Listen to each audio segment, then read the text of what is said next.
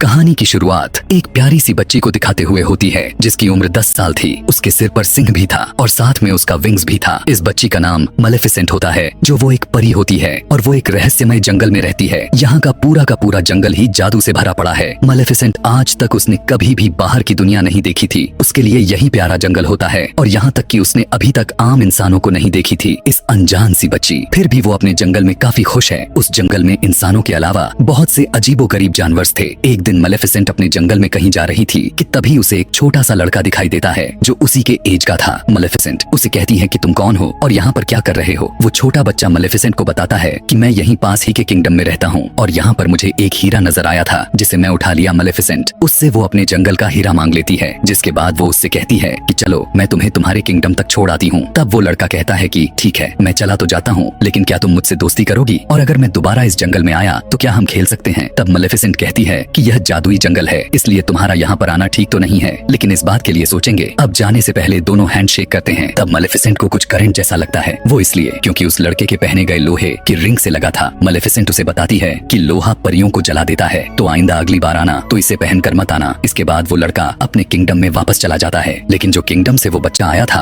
वो किंगडम इस किंगडम पर कब्जा करना चाहता था और इस लड़के के माता पिता भी जिंदा नहीं थे। लेकिन इसी के साथ इन दोनों में काफी अच्छी दोस्ती हो गई थी और इन दोनों को ऐसा फील ही नहीं होता कि ये दोनों एक दूसरे दुश्मन किंगडम से हैं। ये दोनों एक साथ खेलते रहे और इसी की तरह कई साल गुजर जाते हैं। वो लड़का हर रोज यहाँ आता और दोनों साथ में मिलकर खेलते रहते और इसी के साथ काफी दिन गुजर जाते हैं और दोनों 16 साल के हो गए थे और एक दूसरे को पसंद करने लगे थे। मलेफिसेंट को लगता था कि इंसान परियों के दुश्मन नहीं हैं, वो बहुत अच्छे होते हैं। उसे ये भी नहीं पता था कि उनमें ग्रिड यानी लालच भी होती है। एक दिन मलेफिसेंट सोचने लग जाती है कि उस लड़के को आए हुए काफी दिन गुजर गए हैं और उसे उस लड़के की एक और बात याद आती है। उसने कहा था कि जब मैं बड़ा हो जाऊंगा तब मैं अपने किंगडम पर कब्जा करूंगा और यहाँ के किला को भी मैं हासिल कर लूंगा। यानी मलेफिसेंट को उस समय भी याद नहीं आया था कि वो लड़का कितना लालची था। कुछ दिन बाद मलेफिसेंट देखती है कि दूसरे किंगडम का राजा अपने सोल्जर के साथ कब्जा करने आया है। मलेफिसेंट अपने जंगल की परी होती है और वो अपने जंगल को प्रोटेक्ट करना अच्छे से जानती थी। वो उनके सामने आ जाती है और अब वो काफी ज्यादा पावरफुल थी। वो राजा से कहती है कि तुम अंदर नहीं आ सकते, तो राजा कहता है कि मैंने तुमसे तो नहीं पूछा और इसी के साथ वो अपने लोगों को ऑर्डर देता है कि मुझे इस परी का डेड बॉडी चाहिए। जिसके बाद राजा का आर्मी जंगल की तरफ जाने लगती है, लेकिन जंगल से अजीबोगरीब क्रिएचर्स घोड़े पर बैठे हुए सोल्जर पर अटैक कर देते हैं और अब राजा और उसकी आर्मी पूरी तरह से जख्मी हो जाती है। सारे के सारे इंसान वहाँ से डर कर भागने लगते हैं कि ये जंगल तो जादुई है और हम सभी यहाँ पर आकर गलती कर दी है। जिसके बाद राजा अपने किंगडम में वापस चला जाता है। वो अब काफी बूढ़ा और काफी ज्यादा कमजोर भी हो चुका था, इसलिए वो सभी लोगों को इकट्ठा करके कहता है कि तुम सब जानते हो ना कि उस जंगल में कितना ज्यादा खजाना है और मैं शुरू से चाहता था कि हम उस जंगल पर कब्जा करेंगे, लेकिन अब मेरी इतनी बुरी हालत को देखकर नहीं लगता है कि मैं वहाँ पर जाकर लड़ सकता हूँ। लेकिन अब मैं तुम सभी से एक वादा करता हूँ कि जिसने भी उस मलेफिसेंट को मार दिया मैं उसकी शादी अपनी बेटी से कर दूंगा। तभी उनमें से एक लड़का बाहर निकल कर आता है और कहने लगता है कि मैं जाऊंगा वहाँ पे, और ये वही लड़का होता है जो मलेफिसेंट के साथ जंगलों में खेला करता था, जिसका नाम स्टीफेन। जिसके बाद स्टीफेन कई साल बाद जंगल में मलेफिसेंट से मिलने के लिए जाता है। मिलने पर मलेफिसेंट उससे पूछती है कि इतने अरसे तुम कहाँ थे, तुम्हें जरा भी ख्याल नहीं आया हमारी दोस्ती का। तब स्टीफन कहता है कि मुझे माफ कर दो, मैं अपने राजा के कामों के काफी घुल मिल गया था, लेकिन मैं तुम्हें आज तक नहीं भूला और आज भी मैं तुम्हें यही बताने आया हूँ कि मेरा किंगडम का राजा तुम्हें मारना चाहता है, इसीलिए मैं तुम्हारी प्रोटेक्शन यानी तुम्हारी हिफाजत के लिए ही आया हूँ। और आपस में बातें करने लगते हैं। मलेफिसेंट उससे कहती है कि मैंने तुम्हें माफ किया। अब यहाँ पर उसे तो बिल्कुल भी नहीं पता था कि इंसान किस कदर बुरे होते हैं और यह कहते हुए वो उस पर यकीन कर लेती है। लेकिन स्टीफन बहुत ज्यादा लालची इंसान था। वो उसे नशे की दवाई पिला देता है पानी में और पीते ही वो एकदम से बेहोश हो जाती है। जिसके बाद स्टीफन अपने चाकू से उसे मारने की कोशिश करता है, लेकिन वो इसमें नाकाम रह जाता है। अगली सुबह जब मलेफिसेंट आंखें खोलती हैं तो वो देखती है कि उसके तो पर ही नहीं होते, उसके पीठ पर काफी ज्यादा जख्म होता है। उसे यह देखकर अपने आंखों पर यकीन ही नहीं हो रहा था और वो दर्द से चिल्लाने लगती है क्योंकि अब वो पहले जैसा परी नहीं रही। दूसरी तरफ हम देखते हैं कि स्टीफन मलेफिसेंट का पर लेकर उसी राजा के पास जाता है और कहता है कि मैंने किया हुआ वादा पूरा कर दिया। इस काम से राजा काफी खुश हो जाता है और वो उसे इस किंगडम का राजा बना देते हैं। दूसरी तरफ जंगल में हमें मलेफिसेंट दिखाई जाती है जो कि काफी उदास थी क्योंकि अब वो उड़ नहीं सकती थी। वो एक जंगल में जा रही होती है, तब वो देखती है कि एक शिकारी एक कौवे को मारने वाला था। उसे यह देखकर रहा नहीं जाता, इसलिए वो फौरन उस कौवे को इंसान बना देती है। वो शिकारी डर कर वहाँ से भाग जाता है। वो कौवा मलेफिसेंट के पास आकर थैंक्स बोलता है और पूछने लगता है कि आपने ऐसा क्यों किया। तब मलेफिसेंट कहती है कि मैं नहीं बता सकती, बस ऐसे ही। तब वो कौवा यानी आदमी कहता है कि अब मैं सारी जिंदगी आपका गुलाम रहूंगा, आप जो मुझसे कहेंगी मैं वो हर बात मानूंगा, क्योंकि वो इंसान बनने पर काफी खुश होता है। मेलेफिसेंट भी इस बात से काफी खुश होती है और उसका नाम डेविल रखती है। तब डेविल सिर्फ मेलेफिसेंट को इन्फॉर्मेशन ला कर देता था। मेलेफिसेंट को यहाँ पर पता चलता है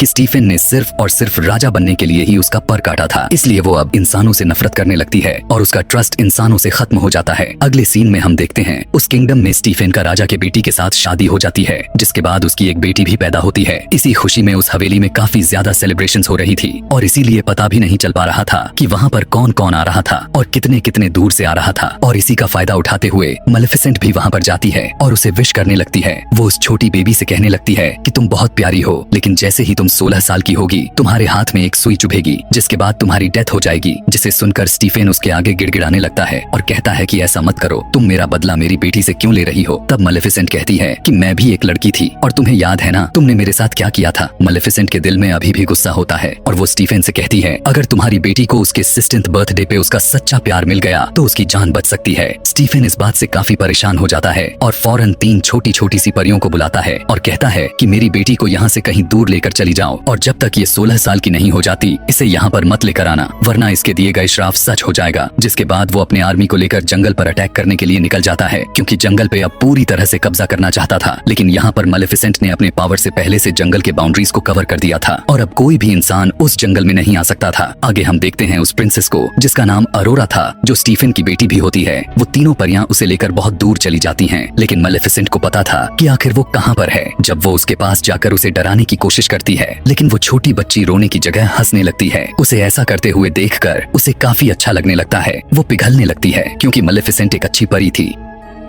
वो तीनों छोटी छोटी परियां जो प्रिंसेस की केयर करती थीं, वो काफी ज्यादा केयरलेस थीं, लेकिन इन परियों की जगह अक्सर मेलेफिसेंट ही प्रिंसेस अरोरा का जान बचाती थी। जैसे कि वो जब पहाड़ से नीचे गिरती थी तब मेलेफिसेंट उसकी जान बचा लेती थी। इसी तरह से वक्त के साथ अरोरा अब बड़ी हो रही थी और वो अब पूरे 15 साल की हो चुकी थी, यानी अब उसका कर्ज पूरा होने में सिर्फ 1 साल ही बचा था। अब जो 3 छोटी छोटी परियां थीं, वो उसे बाउंड्री के पास लेकर जाती हैं। तभी वो बड़ी बड़ी लकड़ियां देखती हैं। प्रिंसेस अरोरा ने भी बाहर की दुनिया नहीं देखी थी, जैसे कि मेलेफिसेंट ने नहीं देखी थी, इसलिए अरोरा सोचने लगती है कि आखिर बाहर है क्या। और वो एक दिन वहाँ पर जाकर देखने लगती है कि तभी उसे फील होने लगता है कि वहाँ पर कोई है और वो चिल्लाकर कहने लगती है कि अगर कोई है तो बाहर आओ, मुझे तुमसे बात करनी है। वहाँ पर कोई और नहीं बल्कि मेलेफिसेंट ही थी। उसे रहा नहीं जाता तो तुरंत अरोरा के सामने आ जाती है। मेलेफिसेंट जब उसे देखती है तब अरोरा मेलेफिसेंट से कहती है कि आप तो वही हैं, आप तो मेरी गॉड मदर है जो बचपन में मेरे पास आया करती थी और मेरा ख्याल रखती हैं, लेकिन कभी मेरे सामने क्यों नहीं आई। मैं आपको पहचानती हूँ और मुझे आपके साथ में वो कौआ भी बहुत अच्छा लगता है। मेलेफिसेंट को उसकी बातें सुनकर उसके चेहरे पर मुस्कान से भर जाते हैं, क्योंकि वो बहुत अच्छी परी जो थी और अब वो अरोरा से प्यार करने लगती है और अब वो नहीं चाहती थी कि जो मैंने उसे श्राप दिया था उसे वो लग जाए। वो दोनों एक साथ रहने लगी थीं, दोनों एक माँ बेटी की तरह साथ में रहती और एक दूसरे का ख्याल रखती। एक दिन जब प्रिंसेस अरोरा सो रही थी तब मेलेफिसेंट उसके पास आकर अपने श्राप को वापस लेने की कोशिश करती है, लेकिन अब उसे पता चलता है कि इतने सालों पहले के दिए गए श्राप अब उसे वापस नहीं किया जा सकता।